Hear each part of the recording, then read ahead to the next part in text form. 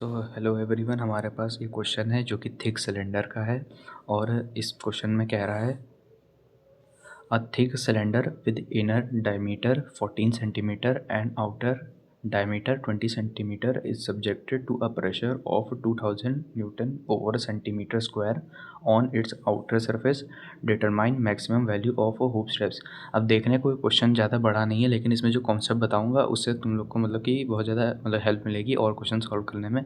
अच्छा, अगर क्वेश्चन में कभी ये बोला हो मैक्सिमम वैल्यू ऑफ स्ट्रेस बोला हो, यहाँ पर ऐसा भी बोल सकता है सरकमफेरेंशियल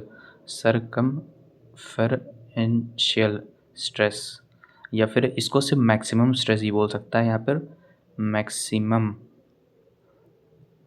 स्ट्रेस।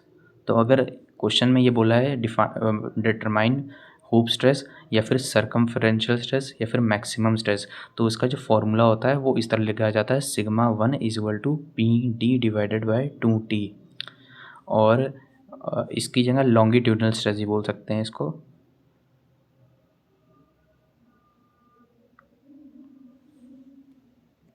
सॉरी, लॉन्गिट्यूडनल स्ट्रेस मतलब कि इसको नहीं, जो अगर लॉन्गिट्यूडनल स्ट्रेस अगर मैं निकालना हो तो लॉन्गिट्यूडनल स्ट्रेस जो निकालना हो उसको बोलते हैं हम। अच्छा, ये जो सरकमफ्रेंशियल स्ट्रेस है, ऐसे सिलेंडर होगा तो इसको इस साइड जो ऐसे सिलेंडर के आउटर मतलब कि इसकी दीवारों पे इस तरह लग रहा होगा इसको, तो हम इसको सरकमफ्रेंशियल स्ट्रेस बोलते हैं। और वैसे ही लॉन्गिट्यूडनल स्ट्रेस होगा उसको बोलेंगे PD डिवाइडेड बाई 4T।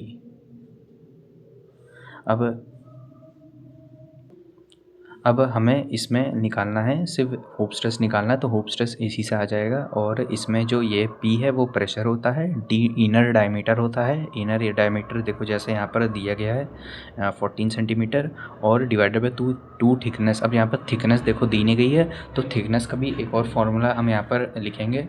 और अब जो डायमीटर में असल में रिलेशन होता है, इनर और आउटर डायमीटर में जो रिलेशन होता है इसमें क्वेश्चन में, तो वो ऐसे लिखा जाता है D is equal to small d जो होता है inner diameter is equal to outer diameter minus 2T। अब यहाँ पर जो हमें थिकनेस नहीं दी गई वो यहाँ से आ जाएगी। तो यहाँ पर देखो डायमीटर इनर डायमीटर 14 लिख दूंगा is equal to outer diameter 20 minus 2T। तो यहाँ पर -6 आ जाएगा और माइनस 2T, तो 2T हमारा देखो यहाँ पर 6 हो गया। अब इसकी वैल्यू यहाँ पर डाल देंगे क्योंकि हमें यहाँ 2T की वैल्यू नहीं पता थी। और देखो P जो हमारा था, P हमारा क्या था 2000 न्यूटन ओवर सेंटीमीटर का स्क्वायर, और मल्टीप्लाइड बाय D जो कि इनर डायमीटर यहाँ पर है हमारा 14, और डिवाइडेड बाय 6 जो कि हमने अभी इसकी वैल्यू निकाली है। तो इसको जब हम सॉल्व करेंगे तो इसकी वैल्यू देखो 2000 multiplied by 14 answer divided by 6, तो इसकी आ रही है 4666.66। अब इसकी ये वैल्यू आ रही है। और हमारे पास यहाँ पर देखो न्यूटन और सेंटीमीटर में क्योंकि हमें ये दिया गया था, तो इसका सेंटीमीटर स्क्वायर आ जाएगा। तो इसकी ये आंसर हो जाएगा, ये हो जाएगा हमारा हूप स्ट्रेस की वैल्यू।